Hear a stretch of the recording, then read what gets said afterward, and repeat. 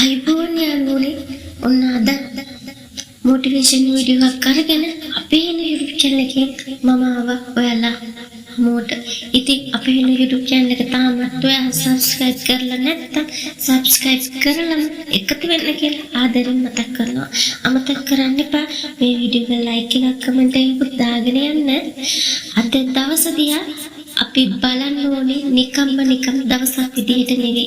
මේක අපිට ලැබෙන ගොඩක් වටිනා chance එකක් කියලා හිතන්න.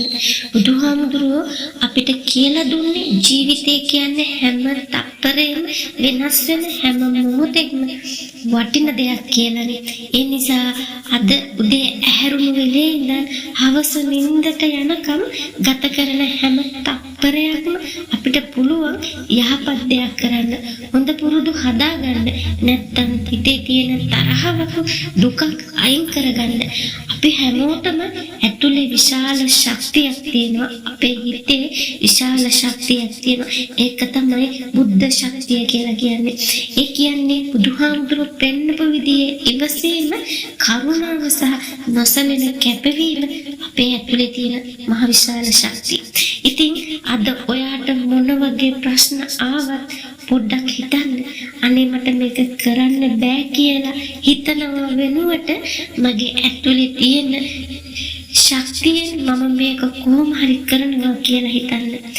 අපි හැමෝම වැරදි කරනවා, වැටෙනවා. ඒත් බුදුදහමෙන් අපිට උගන්වන්නේ වැටුණත් ආයෙත් නැගිටින්න ශක්තිය ගන්න විදිය ගැන. ඉතින් ඒ නිසා අද දවසේ ඔයාගේ හිත පුරාම ආලෝකය සහ මෛත්‍රිය පුරව ගන්න. ඔයා කරන හැම පොඩි වැඩක් ගැනම, ඔයා කියන හැම වචනයක් ගැනම, ඔයා හිතන හැම හොඳ අදහසක් ගැනම සිහියෙන් ඉන්න. ඒ කියන්නේ හොඳ අවධානයකින් වැඩ කරන්න. එතකොට අද දවස අනිවාර්යෙන්ම සාර්ථක සතුටු ජයග්‍රහී දවසක් කරගන්න ඔයාට අනිවාර්යෙන් පුළුවන්. ඉතින් අද ඔයාගේ ජීවිතේ හොඳම දවස කරගන්න ඔයාට තියෙන ශක්තිය ඔයා විශ්වාස කරන්න. හැමෝටම ආදරේ කරුණාව දක්වන්න, මෛත්‍රී කරන්න.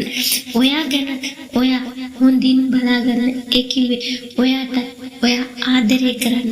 තමන්ට ආදරේ කළොත් තමයි අන් අයට ආදරය කරන්න කරුණාවන්ත සිතක් පහළ වෙන්නේ.